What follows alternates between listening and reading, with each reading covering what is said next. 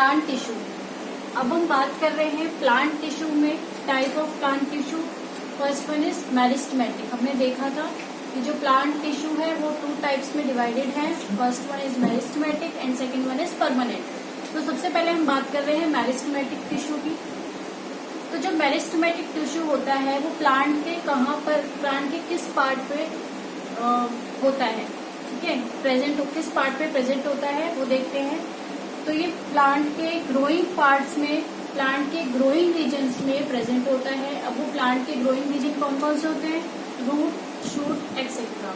देखो यहाँ पर एक प्लांट बॉडी है, ठीक है, मैंने प्लांट बॉडी बना रखी है। यहाँ पर जो मेरिस्टेमेटिक टिश्यू है वो कहाँ पर प्रेजेंट होता है? वो होता है, जैसे कि ये प्लांट बॉडी है, ठीक है, ये ग्राउंड हो गया, ये ग्राउंड हो गया। ग्राउंड में नीचे क्या होती है? इसकी रूट्स होती हैं, ठीक है। तो जो मेरिस्टेमेटिक टिश्यू होता है वो इनके रूट में, शूट में प्रेजेंट होता है। ये हो गया इसका रूट और ये हो गई इसकी स्टेम, ठीक है, ये हो गया इसका स्टेम और स्टेम के ऊपर वाला पार्ट इसका हो गया शूट। समझ में आ गया? तो ये जहां जहां ग्रोइंग रीजन होता है, जहां से प्लांट ग्रो करता है, आपने देखा होगा कि पहले ही प्लांट छोटा होता है, ठीक है। प्लांट बना रहे हैं हम, ग्रीन कलर से बना लेते हैं।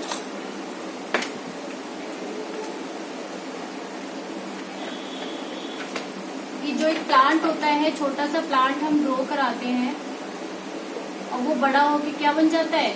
वो बन जाता है एक ट्री। समझ में आ गया? तो जो प्लांट ट्री बन जाता है वो किसकी वजह से बनता है? वो बनता है मेरिस्टेमेटिक टिश्यू की वजह से। क्लियर? क्योंकि जो मेरिस्टेमेटिक टिश्यू होता है वो ग्रोथ करता है प्लांट की। प्लांट की ग्रोथ के लिए रिस्पॉन्सिबल कौन होता है? Meristematic tissue. सबसे इम्पोर्टेंट लाइन है कि मेरिस्टेमेटिक टिश्यू का मेन फंक्शन क्या होता है? तो वो प्लांट की ग्रोथ करता है, ओके। और वो ग्रोथ कहाँ पर होती है? रूट से और शूट से। मतलब रूट की ग्रोथ कैसे होती है? नीचे की तरफ होती है। पहले छोटी रूट होती है, फिर वो बढ़ते बढ़ते और नीचे फैलने लग जाती है सॉइल के अंदर। देखा होगा आपने। तो रूट में और अपर ग्रोथ कहाँ से होगी? शूट से होगी।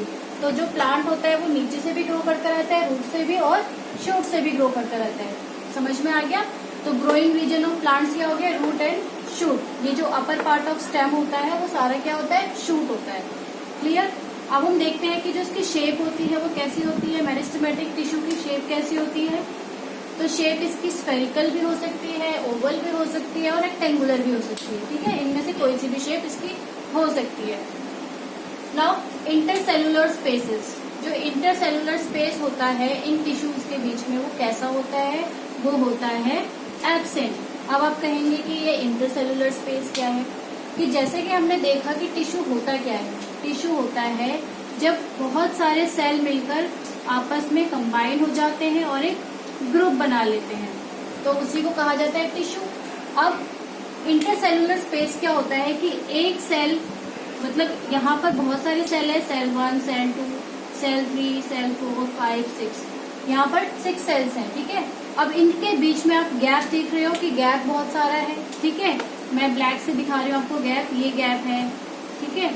इन सबके बीच में इतना इतना गैप है।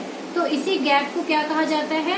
इसको कहा जाता है इंटरसेलुलर स्पेस। समझ में आ गया?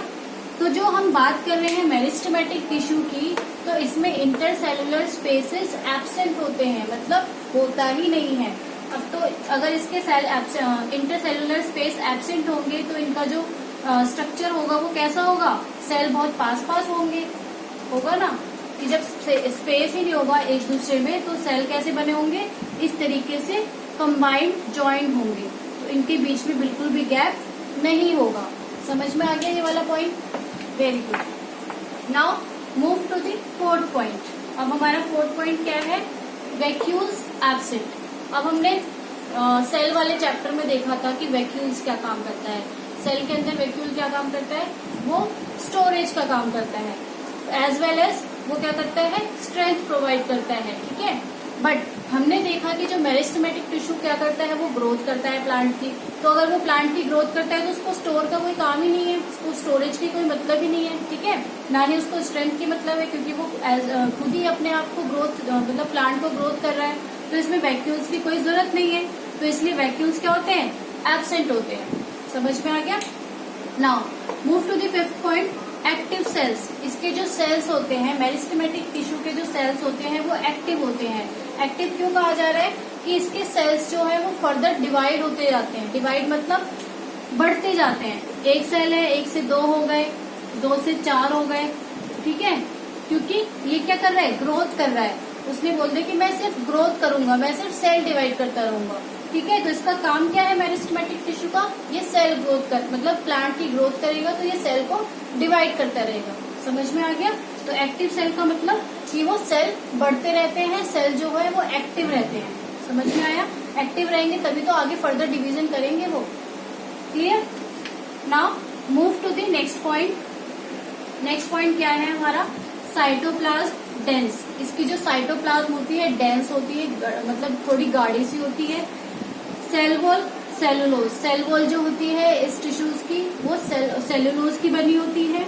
Nuclei prominent. अब आप देख रहे हैं कि जो सेल है वो डिवाइड होते जा रहे हैं, तो उसका जो न्यूक्लियाई होता है वो बिल्कुल विजिबल होता है, क्लियर विजिबल होता है, प्रॉपर दिखाई देता है, ठीक है, क्योंकि ये फंक्शन क्या कर रहे हैं, सेल को डिवाइड करने की। तो न्यूक्लियस की जरूरत होती है। न्यूक्लियस कैसा दिखता है यहाँ पर, प्रोमिनेंट, बिल्कुल क्लियर न्यूक्लियस दिखता है। ओके। नाउ लास्ट पॉइंट मैंने लिखा है सेल डिवीजन। जैसे कि हमने देख लिया कि ये सेल को क्या करते रहता है, डिवाइड करते रहता है। सेल की डिवीजन से क्या होती है, प्लांट की ग्रोथ होती है। तो ये हमने कुछ पढ़े मेरिस्टेमेटिक टिश्यू के कुछ इम्पोर्टेंट पॉइंट्स। अब आपको यहाँ स्ट्रक्चर दिख रहा है, ये प्लांट का प्लांट बॉडी है। ये क्या है, ये एक प्लांट बॉडी है, ठीक है।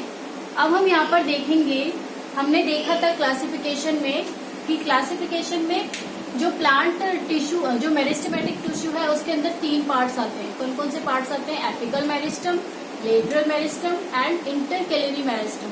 तो अब ये प्लांट की बॉडी में ये कहाँ पर प्रेजेंट होते हैं, एपिकल कहाँ होता है, लेटरल कहाँ होता है, इंटरकैलियरी कहाँ होता है। तो हम देखते हैं इस प्लांट बॉडी में, तो एपिकल मेरिस्टम जो होता है वो प्लांट की टिप पे प्रेजेंट होता है। ये हो गई प्लांट की टिप। समझ में आया कि जो ये एपिकल मेरिस्टम है वो ऊपर से ग्रोथ करता रहता है, तो ये प्लांट की टिप में प्रेजेंट होता है, जिसकी वजह से ऊपर प्लांट बढ़ता रहता है। नेक्स्ट आता है इंटरकैलियरी मेरिस्टम। यहाँ पर आता है इंटरकैलियरी मेरिस्टम, ठीक है। इंटरकैलियरी मेरिस्टम एपिकल मेरिस्टम के नीचे होता है। वो कहाँ पर होता है, वो इंटरनोड्स में प्रेजेंट होता है। इंटरनोड्स क्या होती है, नोड्स क्या होता है कि जब किसी स्टेम से कोई नई लीफ निकलती है, तो नई लीफ जहां से निकलती है ये होता है नोड्स, ठीक है। मान लो यहाँ से ये स्टेम है, ये लीफ निकल गई, ये यहाँ से लीफ निकल गई, तो यहाँ पर होते हैं नोड्स जहां से वो नई लीफ निकल रही है, ठीक है। अब इन दोनों नोड्स के बीच में इस प्लेस को कहा जाता है इंटरनोड्स। इंटरनोड्स क्या होता है, डिस्टेंस बिटवीन 2 नोड्स। समझ में आया कि इंटरनोड्स क्या होता है, distance between 2 nodes. For example यहाँ पर एक लीफ निकल रही है, एक लीफ यहाँ निकल रही है और एक लीफ यहाँ निकल रही है, तो ये हो गए इसके नोड्स। और यहाँ पे इन दोनों के बीच का जो गैप होता है ये होता है इंटरनोड्स। क्या होता है, इंटरनोड्स। क्लियर। तो इंटरकैलियरी कहाँ पर प्रेजेंट होता है, इंटरनोड्स पे प्रेजेंट होता है, जो नई लीव्स को निकालता है। समझ में आ गया, वहां से लीव्स की ग्रोथ होती है।